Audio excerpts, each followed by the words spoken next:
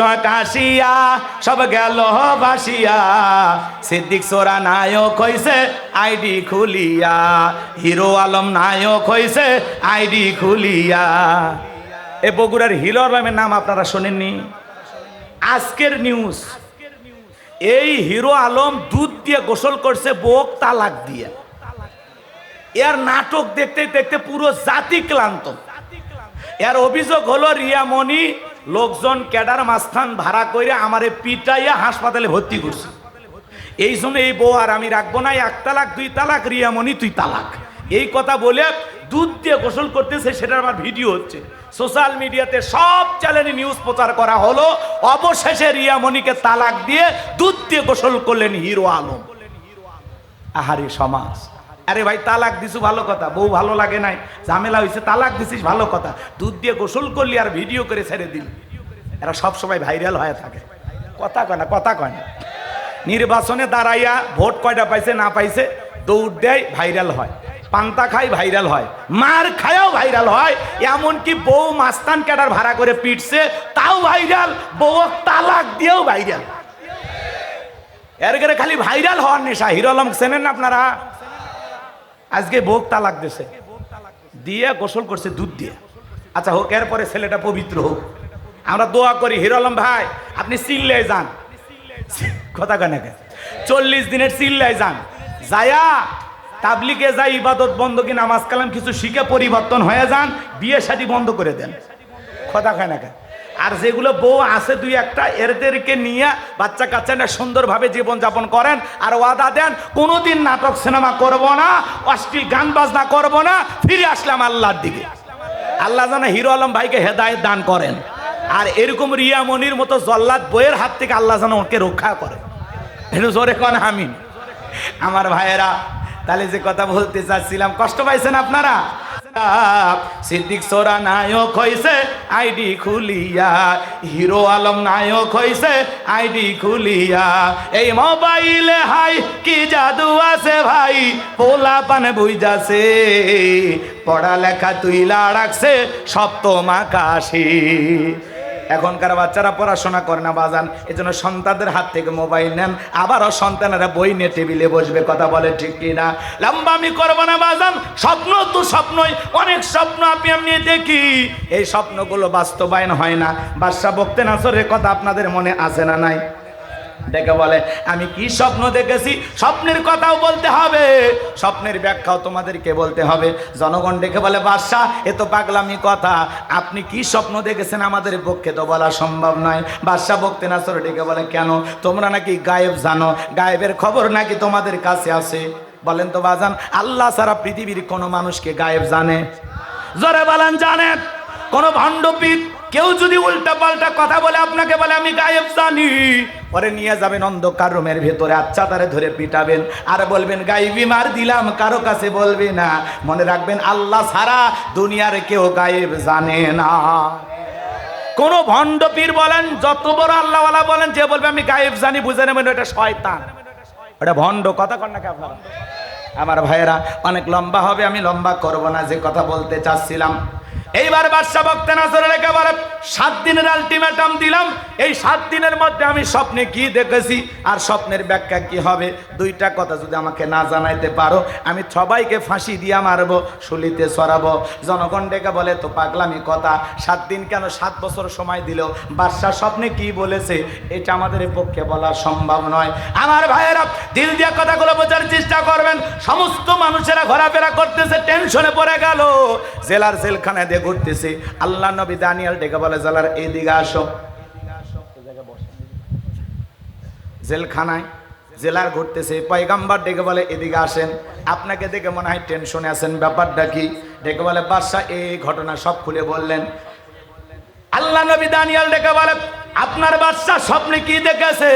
আরে স্বপ্নের ব্যাখ্যা কি হবে দুইটাই আমার জানা আছে। এক দৌড়ে জেলার লাফায়া চলে গেছে বাদশার কাছে, যা বলে বাদশাহ জেলখানে একটা কয়েদি আছে যে আপনার স্বপ্নের কথাও জানে, স্বপ্নের ব্যাখ্যাও জানে, তাই নাকি? বলে হ্যাঁ। বাজান কই, বাজানকে আমার কাছে নিয়ে আসো। কথা আছে ঠেলার নাম বাবাজি, কথা বলেন না কেন? এইবার আল্লাহ নবী দানিয়েলের কাছে যা বলে তোমাকে যেতে হবে, বাদশা তোমাকে তলব করেছে। বলে না, আমি যাইতে রাজি আছি, আমার একটা শর্ত পূরণ করা লাগবে। আমার ৭০,০০০ লোককে জেলখানায় বন্দি করা আছে, এদেরকে ছেড়ে না দেওয়া পর্যন্ত আমি এখান থেকে বের হব না। আল্লাহু আকবার বলেন। নেতাগিরি যদি শেখা লাগে, নেতৃত্ব যদি শেখা লাগে, নবীদের কাছ থেকে শেখা লাগবে। কত নেতার পিছনে মিছিল করলেন। বল্টু ভাইয়ের চরিত্র ফুলের মতো পবিত্র, নামাজ পড়ে ১ ওয়াক্ত, গাঁজা খায় ৫ ওয়াক্ত, গুমসুরিতে বাঁকা ভক্ত, শয়তানের ১ নাম্বার ভক্ত, হুজুরদের জন্য খুবই শক্ত, চুষে খাই গরিবের রক্ত। নেতার পিছনে মিছিল করলেন নওগাঁ শহরে, ১০৫ জনকে পুলিশ গ্রেপ্তার করে নিয়ে গেল নেতা সহ। নেতার তো মামু খালুর অভাব নাই, সকালে জেলখানায় যায়, বিকেলে বের হয়। আপনি রিক্সা চালক, ভ্যান চালক, মাটি খেতে কাজ করেন, আপনি জনগণ, আপনাকে দেখার সুযোগ নাই। নেতা যদি সত্যি ভালোবাসতো আপনাকে বলতো, শোনো, এই গরিব কর্মীরা আমার মিছিল করতে এসে গ্রেপ্তার হয়েছে, আমার একটা কর্মী জেলখানায় থাকা অবস্থায় আমি নেতা বাহিরে যাব না। সেই নেতা আপনার বিপদে পাশে দাঁড়াবে, আপনার দুঃখ দেখে কাঁদে, আপনার সুখে হাসে, আপনার পরিবারের বিপদে পাশে দাঁড়াবে। ৬ মাস আপনি জেলখানায় থাকলে আপনার পরিবারের মুখে খাবার তুলে দেবে, এমন নেতার পেছনে আপনি স্লোগান দেবেন। যে নেতা আপনাকে বিপদে ফেলে তামাশা দেখে, এমন নেতার পেছনে স্লোগান দেওয়া যাবে না। এজন্য কোন নেতার পেছনে পা ফেলতেছেন বুঝে শুনে ফেলেন, যাতে আপনি ২-১ বছর জেলখানায় গেলে আপনার বিবির মুখে খাবার দেয়, আপনার সন্তানদের পড়াশোনার খরচ দেয়। কথা কন নাকি আপনারা? আর তাছাড়া উল্টাপাল্টা মানুষের পেছনে স্লোগান দিয়ে জেলে যাবেন, আপনার পরিবারে যা রেখে গেছেন সব বিক্রি করে আপনাকে বের করে নিয়ে আসবে, তাও হবে না। অতএব বুঝে শুনে বাচ্চাদেরকে বিপদে ফেলার দরকার নাই। কথা কি বোঝা গেছে? ঠান্ডা মাথায় রাস্তা হাঁটবেন ইনশাআল্লাহ। আল্লাহর নবী দানিয়েলের কথা শোনার পরে জেলার যায় বলতেছে, ও বাদশা, আপনার স্বপ্নের ব্যাখ্যা এবং স্বপ্নের কথা যে জানে তার একটা শর্ত আছে। তার নাকি ৭০,০০০ লোককে জেলখানায় বন্দি করে রাখা হয়েছে, ওদেরকে ছেড়ে দেওয়া লাগবে। জালেম বাদশা বক্তি নাসর ডেকে বলে, ওই বাজান যদি বলে এই জেলখানা কেন, তামাম পৃথিবীর জেলখানার আসামি ছেড়ে দিতে রাজি। বাজান যা বলে তুমি তাই করো। বলেন আল্লাহু আকবার। এইবার পয়গম্বরের ৭০,০০০ উম্মতকে জেলখানা থেকে বের করে দেওয়া হলো। সবার শেষে বের হলেন আল্লাহর পয়গম্বর দানিয়েল। আল্লাহু আকবার বলেন। এবার জেলার যখন বাদশার দরবারে নিয়ে যাবে, বাদশার দরবারে ঢোকার সিস্টেম হলো, যত মানুষ ঢুকবে মাথা নত করে ঢুকবে। আল্লাহ নবী কি জালেমের কাছে মাথা নত করতে পারে? এইবার আল্লাহ নবী দানিয়েল সালাম দেহটাকে আটোসাটো করে, মাথাটাকে উঁচু করে, সুন্দর করে, কৌশল করে ঢুকলেন। এমন দৃশ্য দেখার পরে বাদশা বক্তি নাসরুডিকে বলে, যত মানুষ আমার দরবারে প্রবেশ করে মাথা নত করে প্রবেশ করে, তুমি কেন মাথা নত করলা না? আল্লাহ নবী দানিয়েল ডেকে বলে যে, আপনার স্বপ্নের কথা আমার মাথার মেমোরিতে সেভ করে দিয়েছে। তার কথা হলো, তাকে ছাড়া দুনিয়াতে আর কারো কাছে মাথা নত করা যাবে না। আর যদি আমি মাথা নত করতাম, আপনার মতো স্বপ্নের কথা যদি আমারে ভুলে দিত, আপনি আমাকেও মেরে ফেলতেন, আপনিও টেনশনে মারা যেতেন। তখন বলে, বাজান যা করেছো ঠিক করেছো, আসলে তোমার বুদ্ধি আছে, জোরে খন মারহাবা। নবীদের বুদ্ধি না থেকে কি পারে? নবীদেরকে জ্ঞানী বানিয়েছেন তিনি কে? এইবার বাদশা বক্তি নাসর নিচে চেয়ার থেকে উঠলেন, আল্লাহ নবী দানিয়েল আলাইহিস সালামকে নিজের চেয়ারে বসায়া দিলেন। বলেন তো বাজান, জেলখানা থেকে বের করে বাদশাহীর চেয়ারে বসায়া দেন তিনি কে? সে আল্লাহ আজও আছে না নাই? আমি কি পুরো ঘটনা বলবো? এইবার বাদশা কাছে বসে বলতেছে, বাজান তাড়াতাড়ি করে বল, আমি স্বপ্নে কি দেখেছি, স্বপ্নের ব্যাখ্যাটা কি হবে? কারা কারা শুনবেন একটু হাতটা তোলেন তো দেখি। লিল্লাহি তাকবীর, লিল্লাহি তাকবীর। হাত নামান। হযরত আলীর কথাও মনে আছে না নাই? আমি আপনাদের সামনে 2টি আয়াতে কারিমা তেলাওয়াত করেছি, আর একটি আয়াতের আলোচনা একটু হওয়ার দরকার আছে না নাই? জোরে বলেন বাজান, দরকার আছে না নাই? 2 নাম্বার আয়াতে আমার আল্লাহ কি বলেন? 10টা মিনিট আমি আপনাদের কাছে চাই বাজান, 2 নাম্বার আয়াত বোঝানোর জন্য 10টা মিনিট। একটা লোক ওটা ভাষা করবেন না, খুব গুরুত্বপূর্ণ কিছু কথা আছে বাজান, দিল দিয়া কথাগুলো বোঝার চেষ্টা করবেন। আমার আল্লাহ রাব্বুল আলামিন বলেন, আল্লাযী খলাকাল মাউতা ওয়াল হায়াতা লিয়াবলুয়াকুম আইয়ুকুম আহসানু আমালা ওয়া হুয়াল আজিজুল গফুর। আল্লাহ রাব্বুল আলামিন বলেন, আল্লাযী খলাকাল মাউতা ওয়াল হায়াতা, যিনি সৃষ্টি করেছেন মৃত্যু আর জীবন, লিয়াবলুয়াকুম আইয়ুকুম আহসানু আমালা, আমি আল্লাহ পরীক্ষা করে দেখব আমলের দিক দিয়ে কার আমল কত বেশি উত্তম, কার আমল কত বেশি সুন্দর। দিল দিয়ে কথাগুলো বোঝার চেষ্টা করবেন। আমলের দিক দিয়ে কারা সবচাইতে উত্তম, কার আমল সবচাইতে ভালো, আল্লাহ সেইটা পরীক্ষা করে দেখবেন। দুনিয়াটা পরীক্ষা দেওয়ার জায়গা, আর ফলাফল পাওয়ার নাম হলো আখিরাত। ফলাফল কই পাইবেন? কোন জায়গায়? দিল দিয়ে কথাগুলো বোঝেন বাজান। আল্লাহ বলেন আল্লাযী খলাকাল মাউতা ওয়াল হায়াতা, যিনি সৃষ্টি করেছেন মৃত্যু আর জীবন। সর্বপ্রথম আল্লাহ মৃত্যুর কথা কেন বললেন বাজান? এই দুনিয়াতে আসার একটা সিরিয়াল আছে, যাওয়ার কিন্তু কোনো সিরিয়াল নাই। দাদা আসছে, দাদার পরে বাবা আসছে, বাবার পরে আমি আসলাম, আমার পরে আমার সন্তানরা আসলো। কিন্তু যাওয়ার বেলায় দাদার আগে নাতি চলে যায়, নাতির আগে দাদা চলে যায়, বাবা জীবিত থেকে সন্তান চলে যায়। একজন বাবার কাঁধে সন্তানের লাশ, এটা পৃথিবীর সব চাইতে ভারী বোঝা। কে কখন মারা যাবে আমরা কেউ জানি না।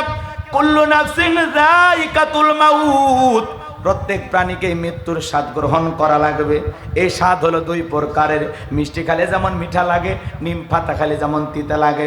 যারা ঈমানদার তারা মৃত্যুবরণ করবে বাজান। একটা দুধ পান করা শিশু মায়ের দুধ খাইতে খাইতে যেমন ঘুমের মধ্যে চলে যায়, একজন ঈমানদার তেমনি ভাবে দুনিয়ার থেকে বিদায় নেবে, টেরও পাবে না। বলুন সুবহানাল্লাহ।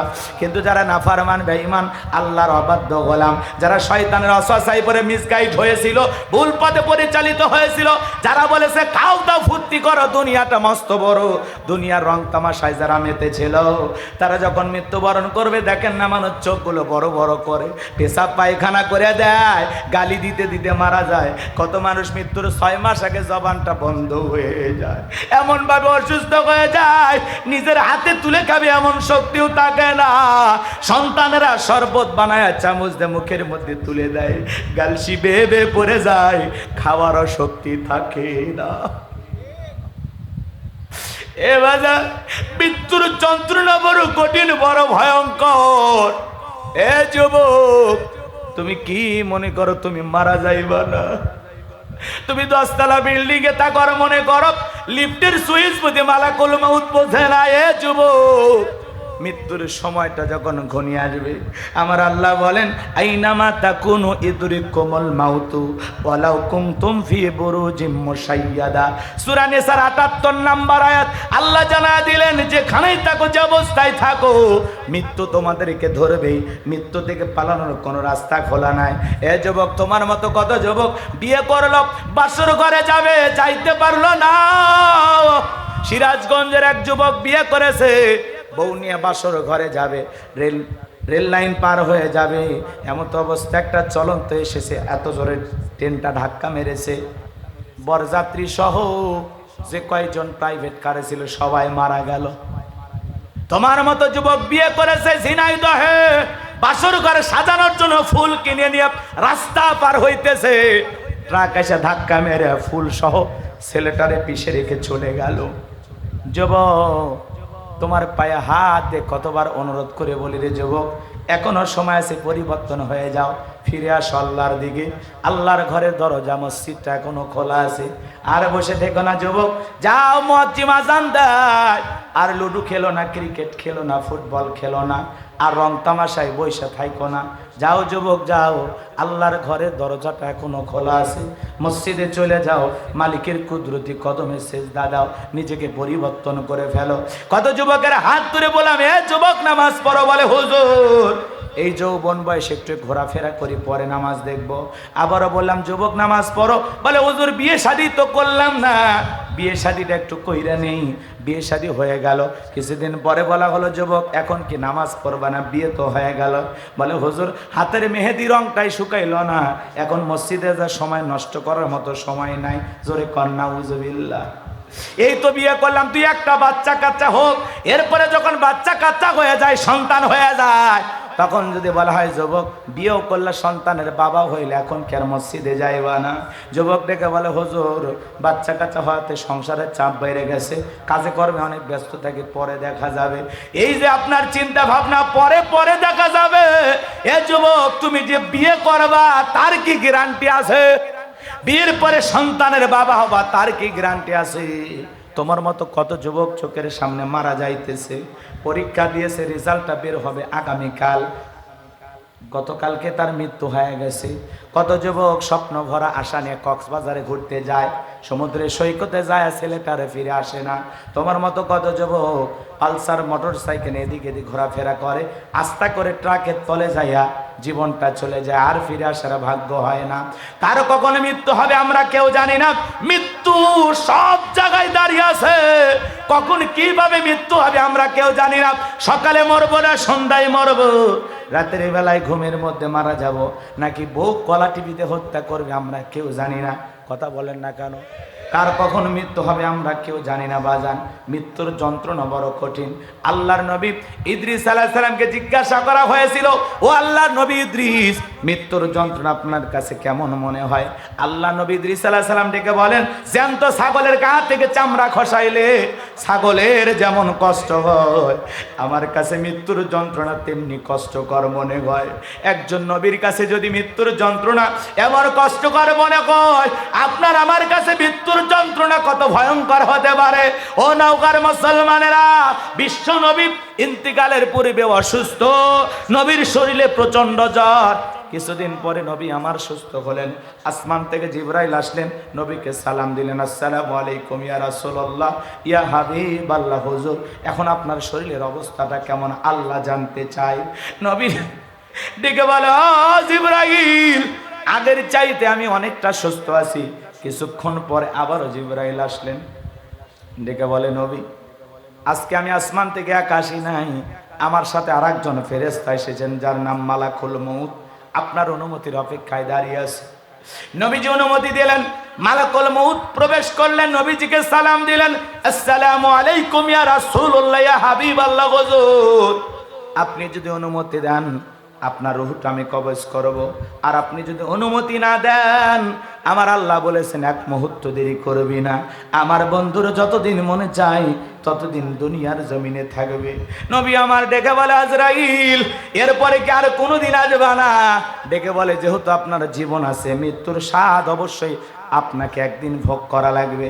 নবী আমার ডেকে বলেন, ও মালাকুল মউত আর আসতে হবে না, আজকে এসেছো আমি তোমাকে অনুমতি দিলাম।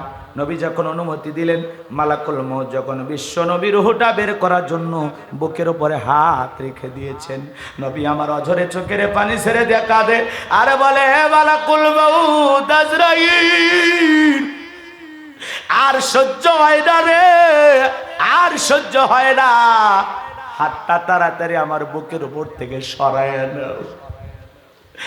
মালাকুল মউত হাত সরায় নিলেন, আমার নবী ডেকে বলে, মালাকুল মউত এই যদি হয় মৃত্যুর যন্ত্রণা কষ্ট আমার উম্মতেরা সহ্য করতে পারবে না।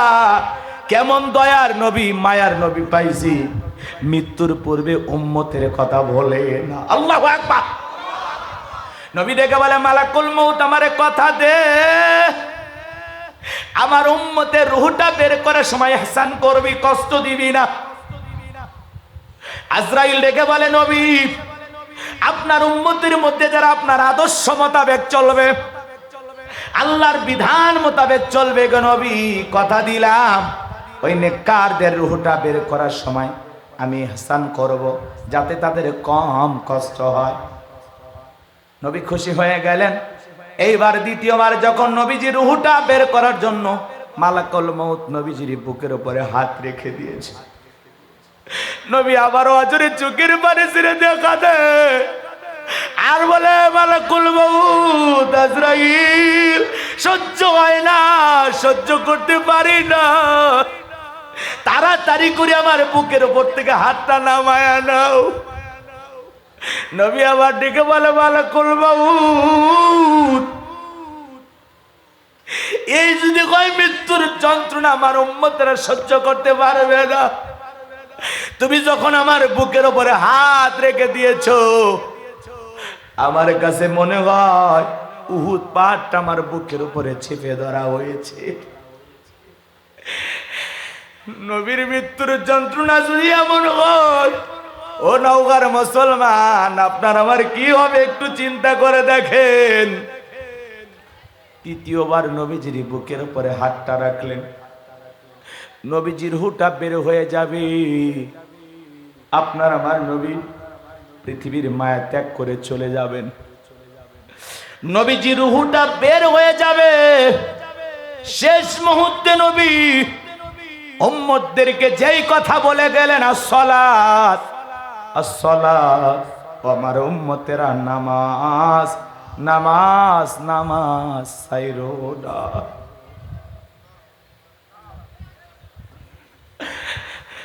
নবীজির রুহুটা বের হয়ে যাচ্ছে। ওই সময় নবী উম্মতদেরকে বলে গেলেন, আমার উম্মতেরা আসসালাত আসসালাত, নামাজ নামাজ নামাজ সাইরো না।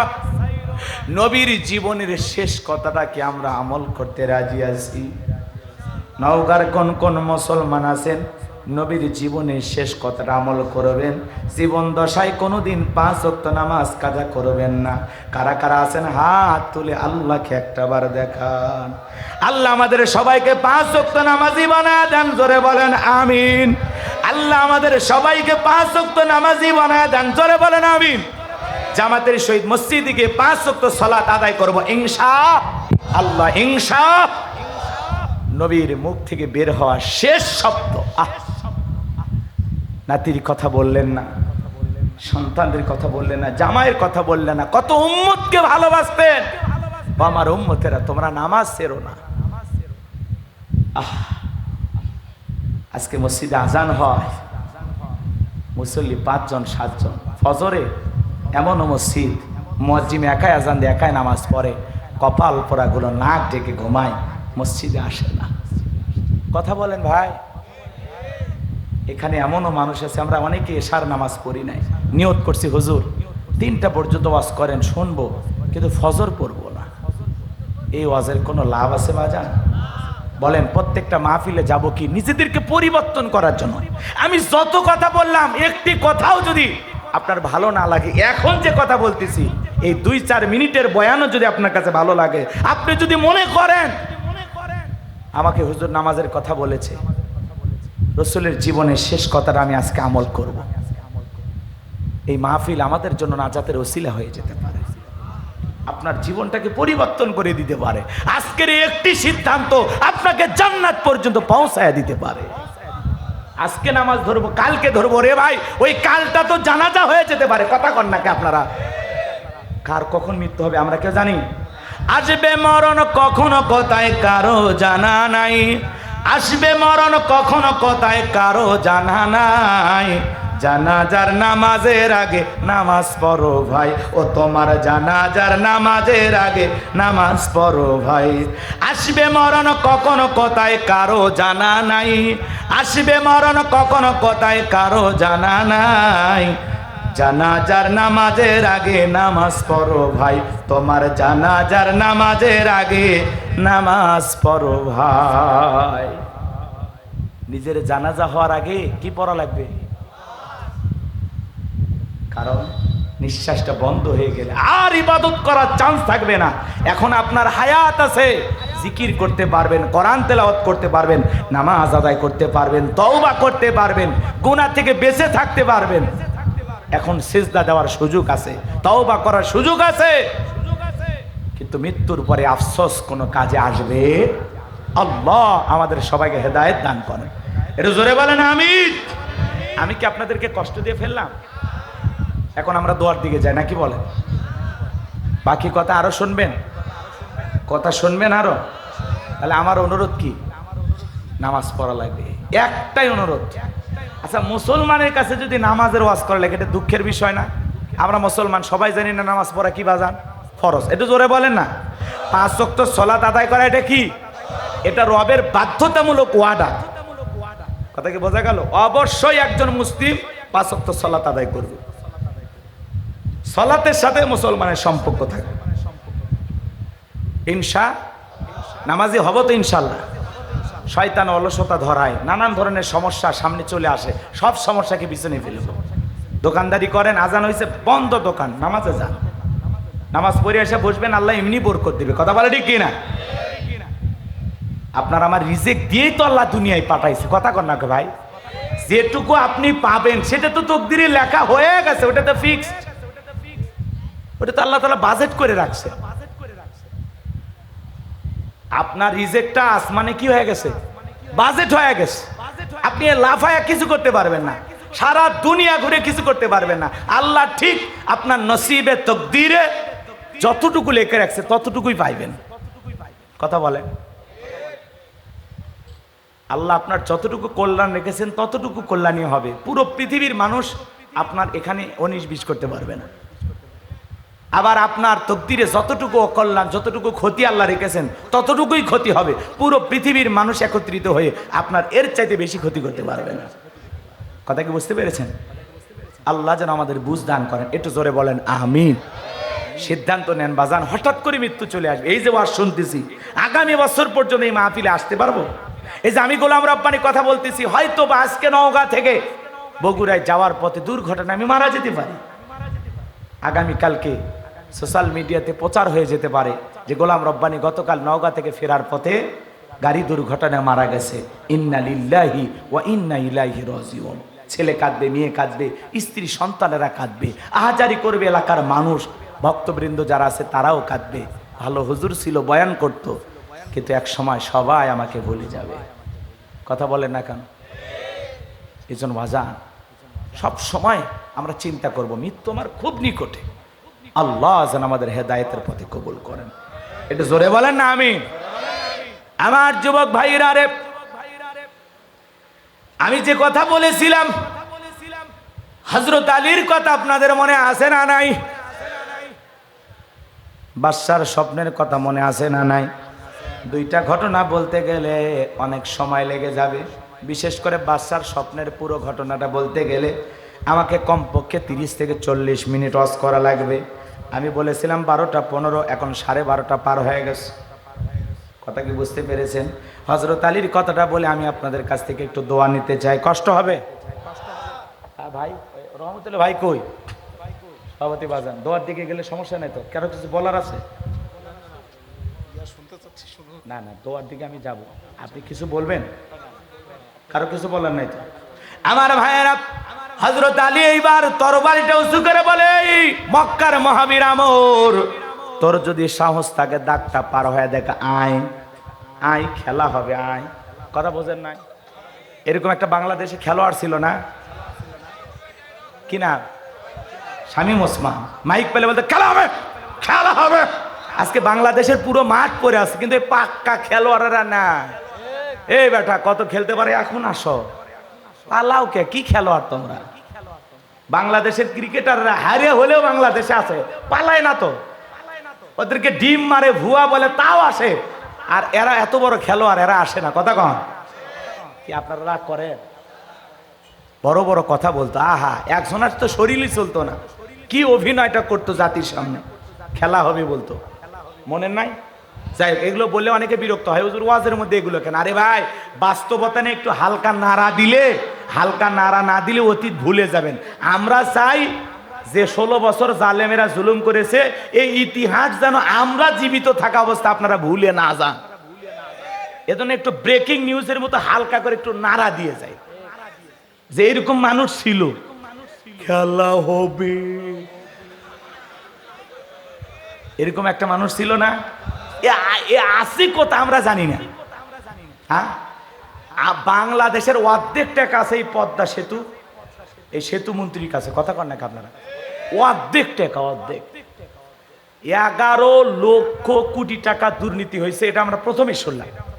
এখন আজ পর্যন্ত একটা জরিপ করে হিসাব বের হয়েছে 29 লক্ষ কোটি টাকা। এ টাকার বাড়ি কই? বাংলাদেশ কিসে সিঙ্গাপুর? পৃথিবীর সেরা ধনী রাষ্ট্র বানানো সম্ভব। কথা বলেন। ওরা খালি গল্প শোনাইছে দেশ উন্নয়নে সিঙ্গাপুর, এদিকে মধুপুরি হয়নি। কথা কন না কেমন?